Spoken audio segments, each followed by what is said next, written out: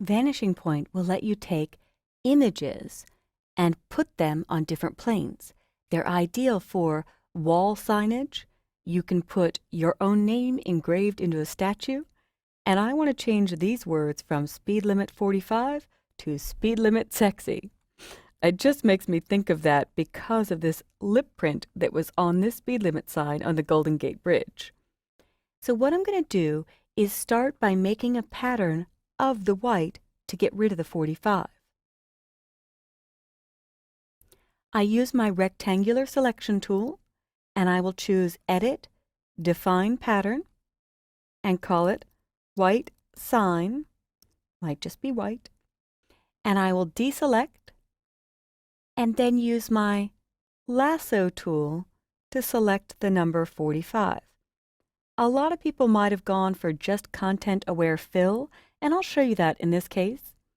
Edit Fill, Content-Aware, but it randomly grabbed other letters from the sign, so I'll undo that.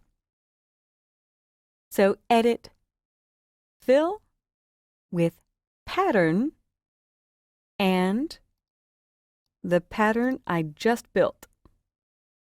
White sign. Perfect. Command D or Control D will deselect. Now, I've got the word sexy already typeset for you, but we need to make it look like it belongs on the sign. So I will grab this pattern that I cloned from the letters in the sign. And I will go to my Layers panel and FX and Pattern Overlay. And I did a pattern earlier, but I wasn't really happy with it. So I'm going to hit Cancel, and I'll select this. Select All, Command A or Control A. I had to resort to cloning because one small pattern just wasn't doing what I wanted. So I could do more work on this, but you'll get the idea. So Edit, Define Pattern, and I'll call it Gray Text Fill.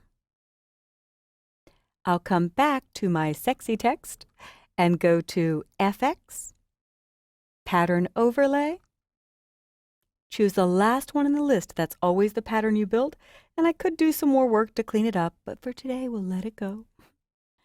Now to make this have the edge that the sign had, I'll do a stroke around the outside of the text, and maybe 2 pixels, and 60% opacity? Yes, so 60 or 70% opaque may make it look more natural.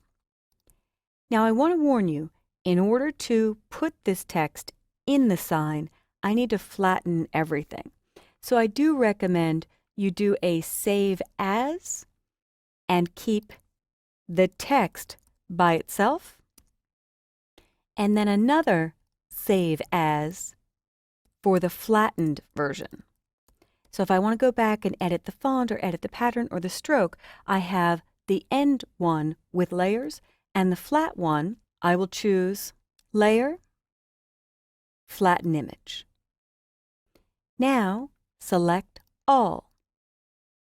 And I may need to do a little bit more so that this isn't pure white, but this should work for now. So select All I just did. I zoomed out with Command minus or Control minus. I'll copy it, and here comes the vanishing point. A lot of buildup. But imagine doing this on signage, on box covers or product covers. A lot of people use Vanishing Point for mock-ups of physical products.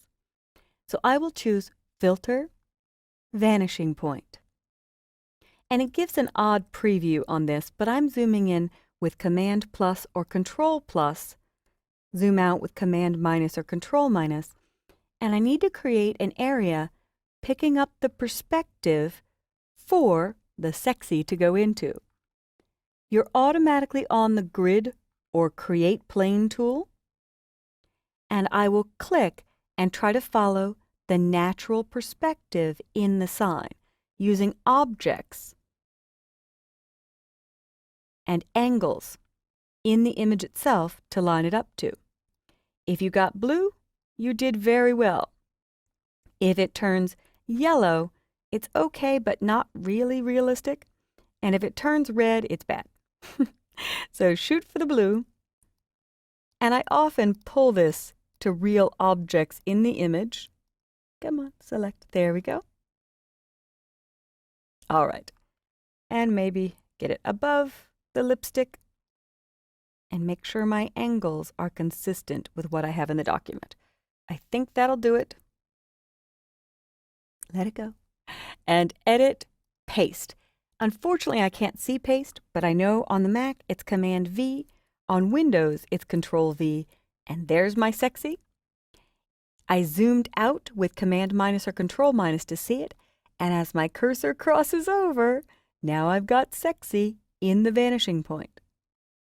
I may need to scoot it over a bit and finish it off with a free transform or the transform tool.